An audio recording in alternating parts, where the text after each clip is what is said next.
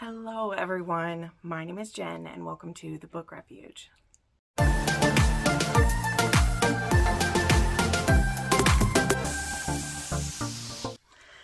Alright, hi everyone, welcome to another recommendations video, and today we are keeping it simple and I just have 10 underrated dark romance recs for you.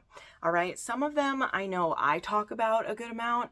You know, I have shared about them multiple times. They're ones I really like. Some of these are going back a ways as well. I have a few that are a little bit older here. So yeah, I just want to go through them. They're across kind of all different styles of dark romance too, so there should be something for everybody. But yeah, we're gonna get started with it.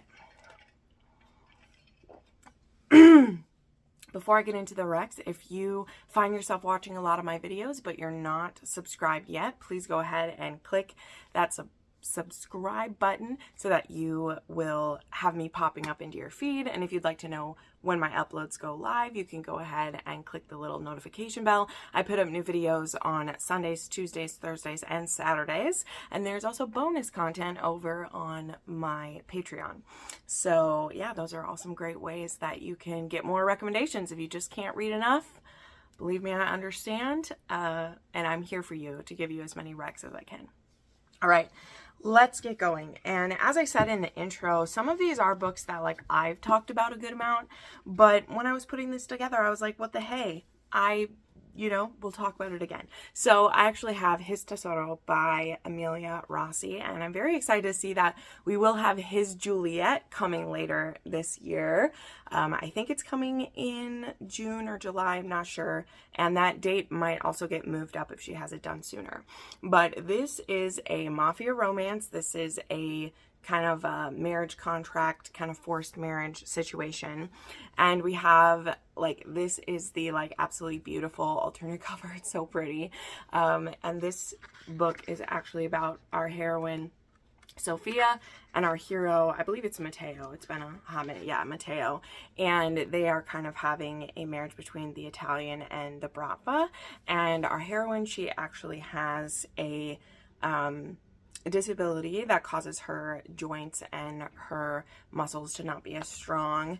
And I really love how the author used that in here. Sorry, let me just look it up because I think I remember the name, but I always am afraid I'll say the wrong thing. Yes, it's EDS. So this is Ehlers-Danlos syndrome, and that I believe is the same thing that is that the same thing that Violet has in Fourth Wing?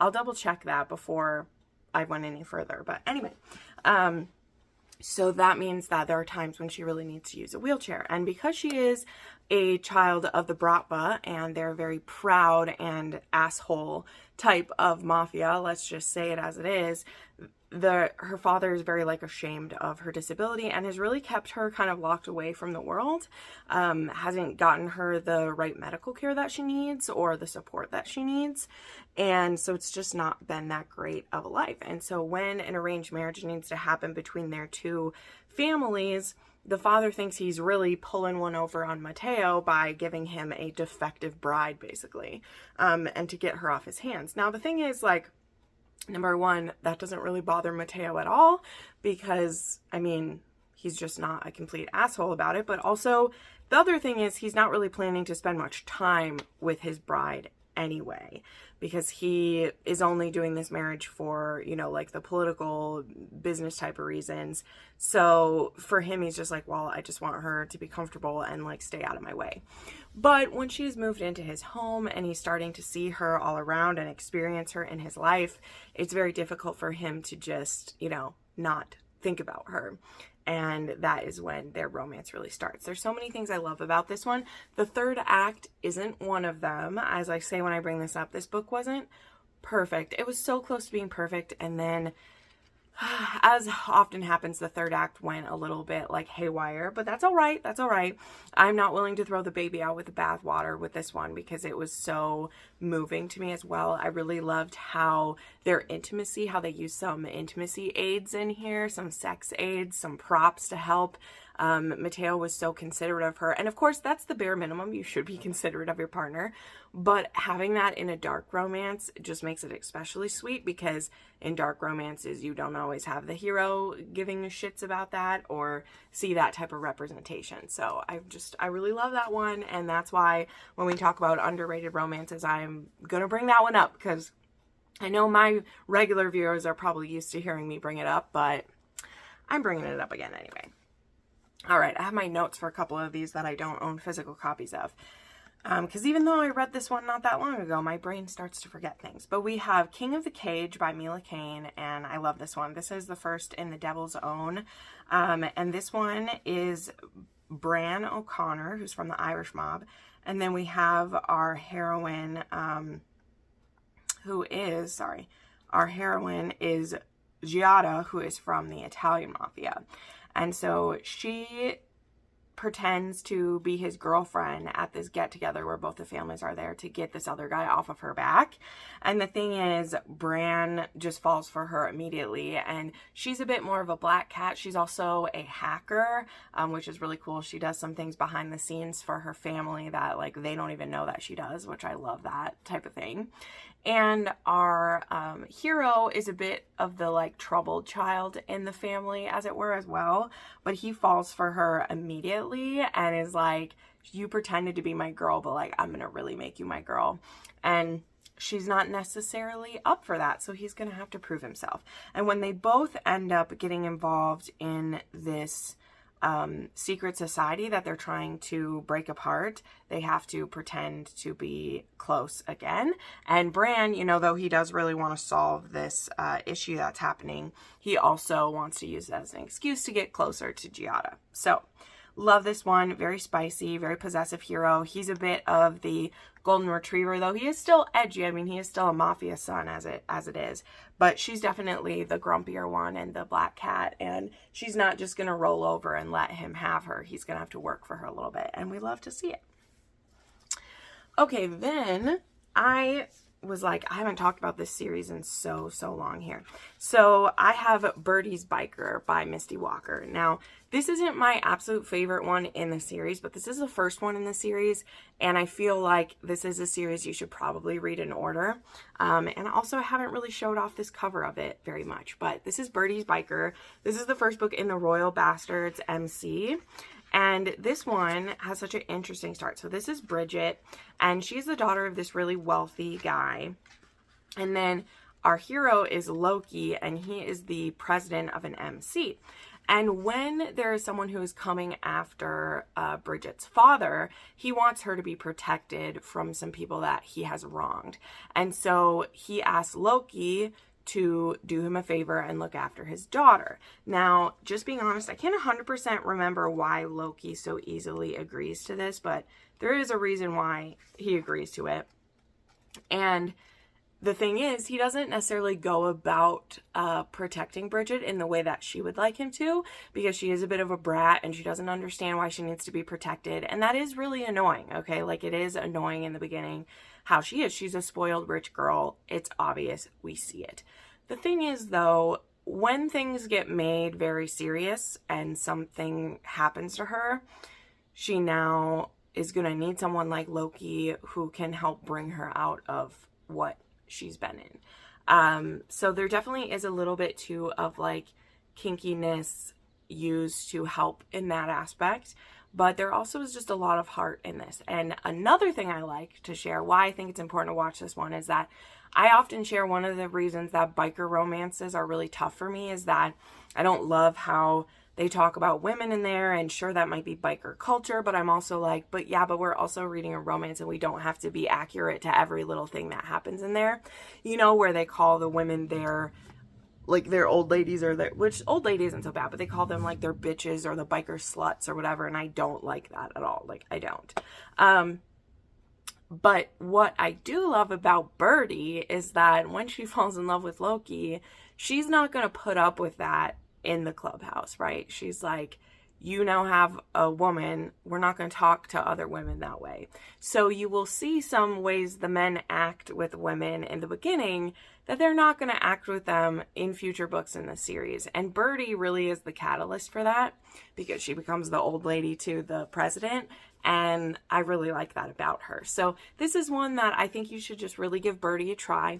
But if you also don't like this one, I highly recommend you continue to, I think Truly's Biker is book 2.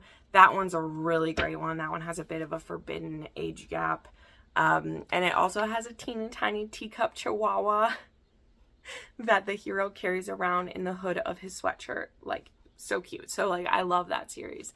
So yeah, definitely recommend you give these ones a go. And yeah, start with Birdie's Biker. They're not super long books anyway, and I believe all the audiobooks are out for these as well. This edition, by the way, was gifted to me by one of my viewers, and they don't say who did it. Like, they don't have their stamp in here for who did this. It literally doesn't. So I don't remember which book box did this one, but I love it. Okay, then we have one. This is such a weird one to explain because it's kind of a cowboy romance, but it also is like an ex-football player, small town, marriage in trouble, kind of second chance thing. But I think that this series, like, I really love this one, and I can't wait for more books from this. So there's Bull Rush by Maggie Rodden. And this was actually sent to me for like a release day box from the author, but I reviewed it that way. But then I have actually read another one of her books that I had in ALC of it from Must Love Audio. And that book, which, just some setup of this is a spin-off series from a football series. And one of the football players is our hero in here, Ramsey. And in that book, which is called Mine to Gain, he's the friend of the hero in that one. He's one of the football players. And in that, at the end of that book, you know, when there's like a big rescue that happens, there was a kidnapping at the end, and Ramsey actually beats the living shit out of the man. Literally, like, the man dies from his, like, beat down on this man who kidnapped his friend's woman. And it's his friend too. Like, he liked this woman who was dating his friend. And so he gets a manslaughter charge and he goes to prison. Or, yeah, he goes to prison. And we, during that book, believe that he's like a single guy because we don't spend a lot of time with him. But what we find out in this is that he thinks he's a single guy, because in Mine to Gain, we do see him with a couple different women, like, because he likes some kinky sex things. But he thinks he's divorced, is the thing. The heroine also believes that she's divorced from him. And so when we pick up Bull Rush, this is taking place now when Ramsey is getting out of prison and he's on parole for a short amount of time. And he had to put his address as his, like, home, which I can't remember where they live at. I think it's in Montana is where we're at with this one. I don't fully remember. But he heads back there, and his woman, Hazel, who, again, they think they're divorced, they both find out around the same time that the divorce paperwork was not handled correctly, and they're both still married. So for her, that means she is not able to get a marriage license for a new marriage she wants to have. She's engaged to someone else. It's been many years now. And Ramsey is supposed to stay at the, like, home of his wife for his parole. Like, there's reasons why that's where he has to be located for a certain amount of time. So it puts them both in kind of this weird position. And Ramsey, now finding out that they are still married, is like, this is fate, actually, because I didn't feel good about the way that our relationship ended back then. And so I'm going to take this as, like, the opportunity to right this wrong. But he has to get a bit creative. So what he actually does is he makes Hazel an offer that he will basically fund her business. She needs a loan for her business. If she stays married to him for, I can't remember the amount. Was it like a month or 6 months? I can't remember how long. But basically he will pay her $1 million if she stays married to him, but lets him live in the house and also, you know, lets him be around. And where she's going to be like, what? No. Her fiance is like, hey, yeah, babe, if he's going to fund this, like, you can resist him for a little while. You'll be fine. Well, we'll see how well that goes. So yes, Ramsey's going to use this time living in the same house as her, near her, to plead his case, as it were, we'll say. So yeah, this is a contemporary that does lean pretty dark. Like there's some, what's it called? There is some shenanigans going on. But yeah, and you can start with that one. As I said, that was the first one I read, but it was satisfying as well to read Mind to Gain, and see what had happened with Ramsey. So yeah, we get to see why he ended up in prison, and we appreciate it more, is what I would say. Because when you hear that he went to prison for like manslaughter because he beat a guy to death, I mean, obviously I knew he would have a reason for that, but it's also another thing once you see why he beat this man to death, you are like, thank you for your sacrifice, sir. Thank you so much. So, okay, next up, I want to throw up Forgive Me, Father by Katerina Sinclair. This one, I'll be honest, does not have a super great rating on Goodreads. People are very harsh on this one. And there are aspects of it that are pretty cheesy, for sure. But I also just thought this was a great little taboo treat, especially if you don't mind it a little bit kinky, right? This is a priest romance. This is definitely very dark. The greater world that this is going to be a part of, I think, is going to be a very twisted thing. But I'm also very interested in the fight that these two are going to pick up at the end of this. But as it starts out, we have this quiet town, and we have 20-year-old Eden Faulkner, who's known for her devotion to her Catholic faith. She was raised in the shadow of the town's church, and she's always sought solace and guidance within the hallowed halls of there. So she is actually back in town living with her parents because, for reasons, she is no longer in college, and that's something you find out through the story.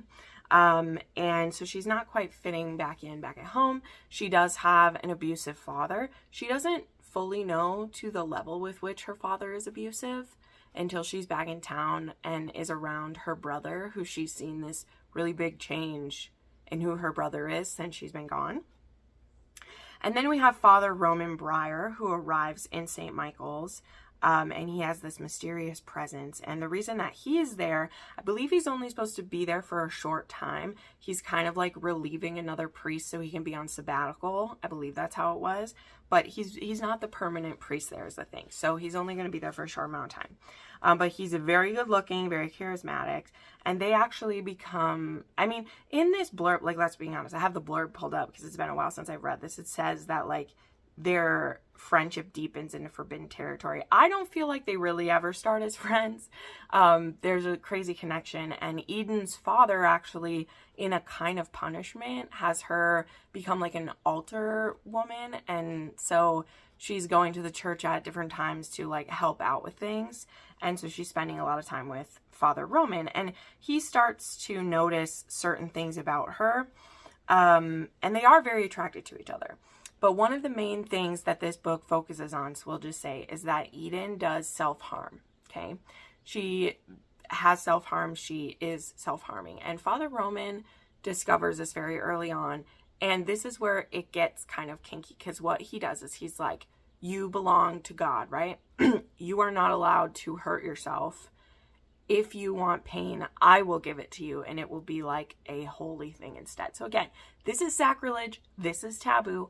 Just know that going in. But yeah, things definitely do get very like hot between them. There's all the taboo things you expect when it's a priest romance. But there's another level to this as well.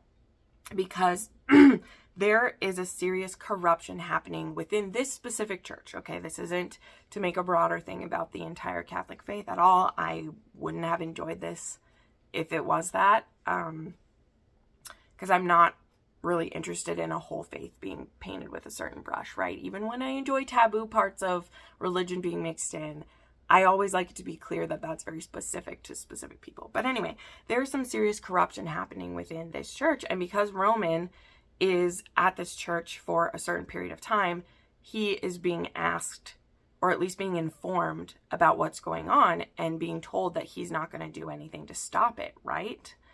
And we're going to see how and if Roman is able to just play along with that. So some very intense things in here. But I found their relationship to be, it is a bit like insta-lusty, insta-lovey, and that is why like this one wasn't a perfect like read for me. But I do think it was very underappreciated. And again, by the end of this book too, which this does have like an HEA for this couple, I don't believe the next book is supposed to continue their romance. I think we're going to see some other couples pop up. There is kind of a like crusade that these two are going to pick up, and I'll be very interested to see where that battle goes next, because I was very intrigued to it, to see what they're going to do. Okay, then we have another kind of dark cowboy-esque romance. And this one is from Ember Hughes, which is aka Daisy Jane. Now, part of the reason I'm bringing this one up again is that I haven't seen any movement of when the next book in this duet is coming. And I think part of it could be just because Daisy Jane is very busy with some other things she's working on, or also if there hasn't been enough interest, so she hasn't continued. So yes, I know this is an open-ended duet. The second half isn't here yet, but I desperately want it to because I loved this book. So I'm going to use the influence with which I have to get you guys to pick it up and get addicted as well, so we can maybe encourage this along. But, you know, Ember Hughes is a new pen name for Daisy Jane's. It's going to be her very, like, dark version, because some of her other books, like, teeter on being dark, but they're definitely more, like, erotic, kinky than they are just straight up dark. And this was a very dark situation. So in this couple, we have this second chance romance between these two. Kinley, and the hero's name is Colton. And Kinley and Colton loved each other when they were young. And then Kinley was forced to break up with Colton and basically kind of scare him away by being really cruel to him. Because, I mean, I'll just tell you, like, her father is a fucked up mother effer. Let's just say that, okay? And she really wanted Colton to be away from that.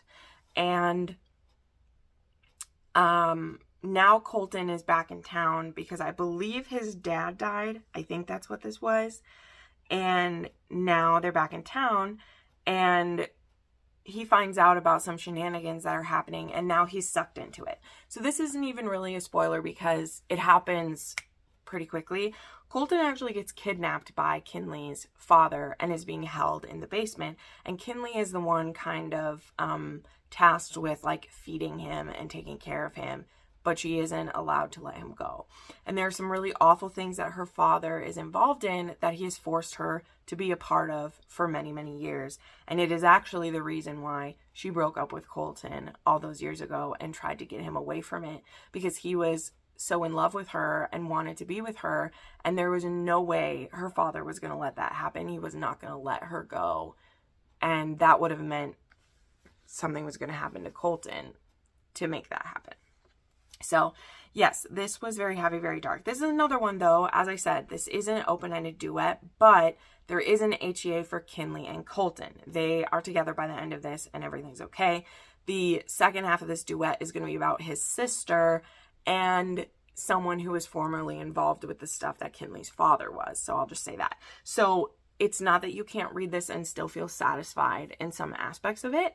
It's just that the broader overall plot is still going and we need that to be finished. So that's my pitch for that for you guys, to please check this one out.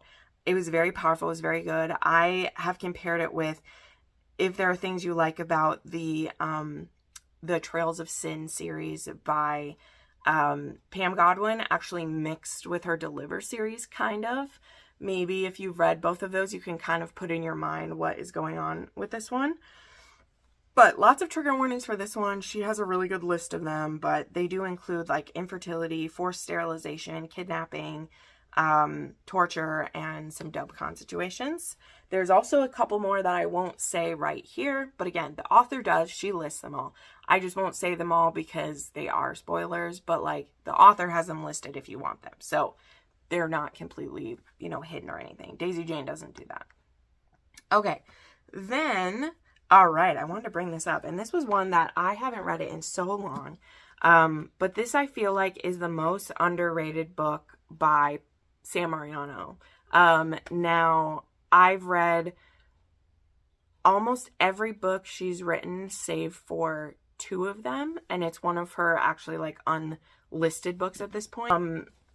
But this was one that, this was kind of a surprise drop, and I was just absolutely riveted with this. So this isn't my favorite one of hers, but it is this is Sam Mariano, and all of her books just strike me so much. Like, I just love her stories. So this one I want to share again was Resisting Mr. Granville. This is one that some people might not even know. This was a part of the Blurred Lines series, which was one of those series where like the authors got together and they each had an entry to this. Like QB Tyler had one in here, and of course I forgot everyone else's name, but a bunch of authors had books within this Blurred Line series. Like, it was an author collection. So this one is very interesting. This is a very forbidden romance, and it does not, this tale does not get told like a normal romance would, okay? It's pretty twisted. So this is actually a mom's ex-boyfriend romance, and it actually begins, I'll just read this here. The night I met Mr. Granville, he was slipping out of my mother's bedroom. She was passed out and I was on my own, but that was nothing new. It wasn't even the first time one of her boyfriends had looked at me for a little too long. It was just the first time I felt anything like interest in return.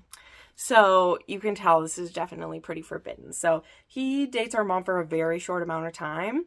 And then he does actually cross the line with her where she's not completely into it. Again, this is Sam Mariano, so, you know, DubCon lovers, this is for you. If you don't, like, stay far, far away from this.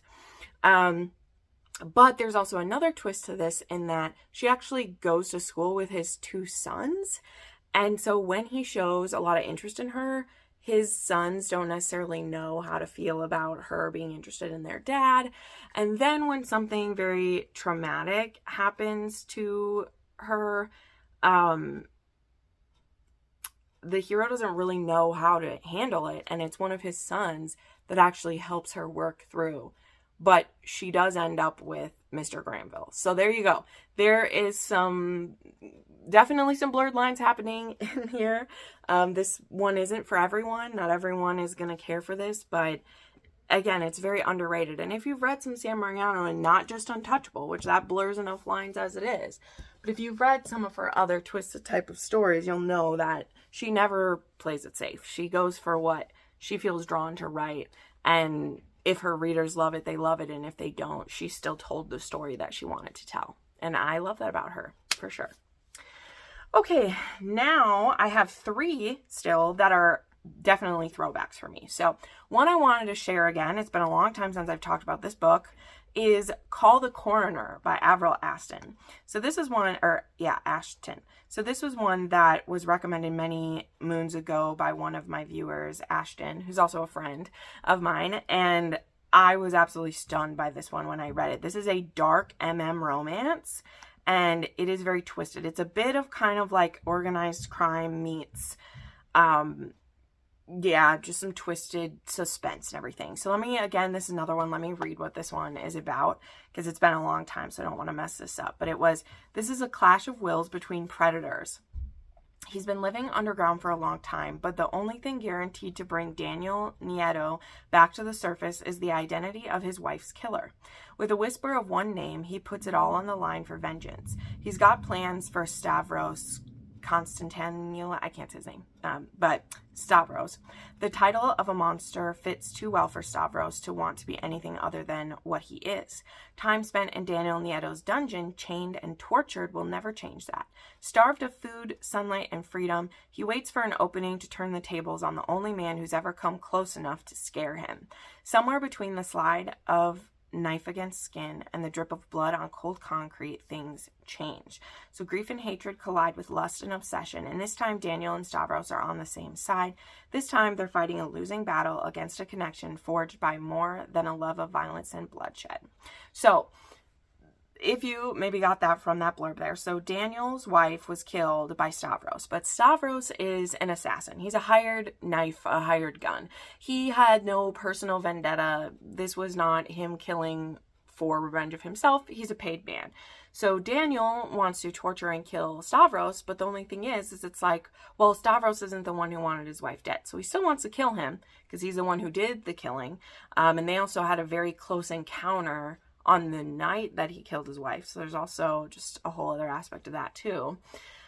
But at the end of the day, it isn't him who did it. So who is he really punishing by doing this, right? And Stavros is a very sexually ambiguous man and isn't afraid of using his sexuality to get him out of every situation. The only thing is, Daniel's never been interested in men before. So what is it about his prisoner Stavros who's able to get under his skin and make him crave him the way that he does? So I just found this one to be amazing. And I feel like that very first line, a clash of wills between predators, is the perfect way to describe these two. Like, I was shook by this story. Yes, it's very bloody, it's very intense, but as the romance between these two built, like, holy crap, it was so good. Like, it was so good. And this also, I'm sorry to make so many comparisons to her today, but there are parts of this that remind me of Pam Godwin as well, because how can the person who's torturing you and you, the person you're torturing, how do you fall in love with them? And how do you believe that? And also, at another layer, this is the man who killed your wife, who you loved. How can you then be with that guy? And those are all questions that were laying out in front of me when I started this.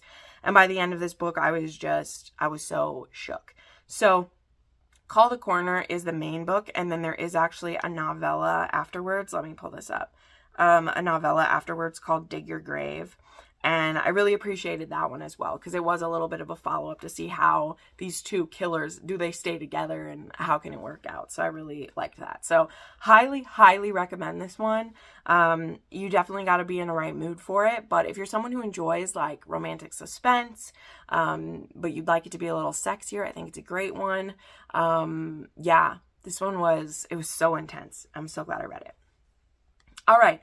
Then I want to bring up The Sight of You by Ashley Mack. So Ashley Mack is a friend. I always like to put that out there. And I was so happy when she finally started writing, and I'm just so proud of her. She's put out quite a few books for only being writing for just about 3 years. And that's even like where last year she only put out 2 books because she was just having a bit of like mental block for a while.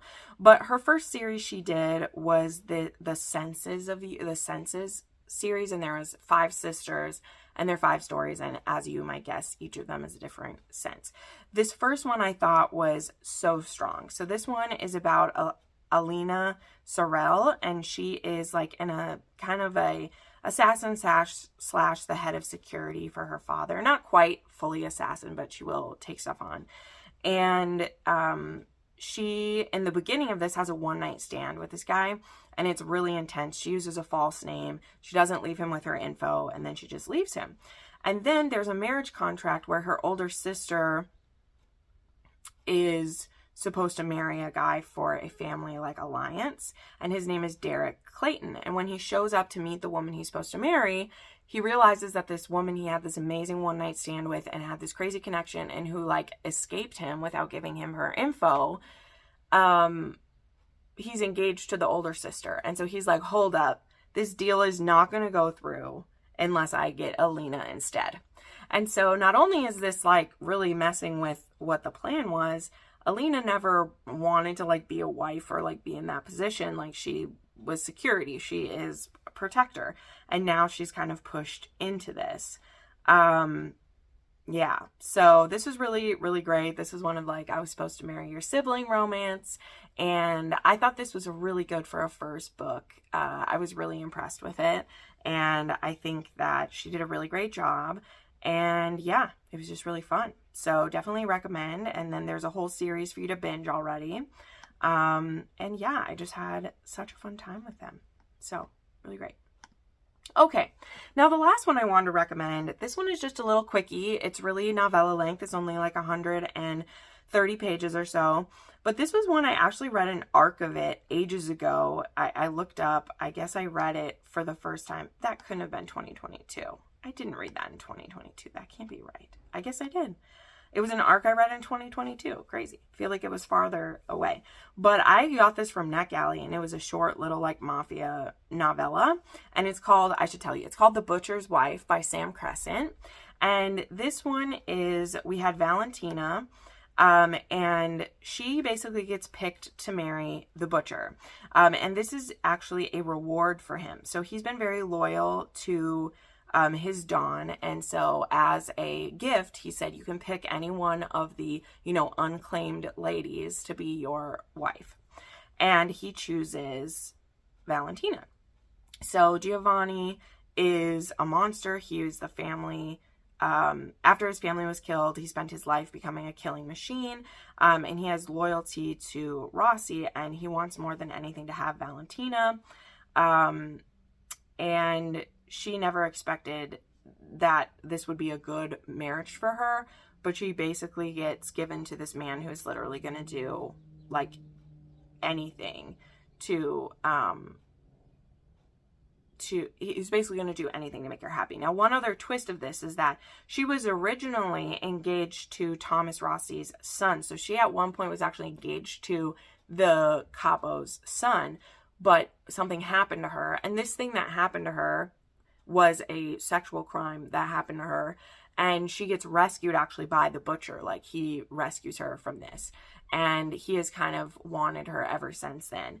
And because of what happened to her, Thomas Rossi's son just is kind of like, I don't want her anymore. She's damaged goods, which is just absolutely awful. So she kind of expected to just kind of lived a like shamed life because of that, you know, and that is not how Giovanni sees her at all. So again, this is only a novella.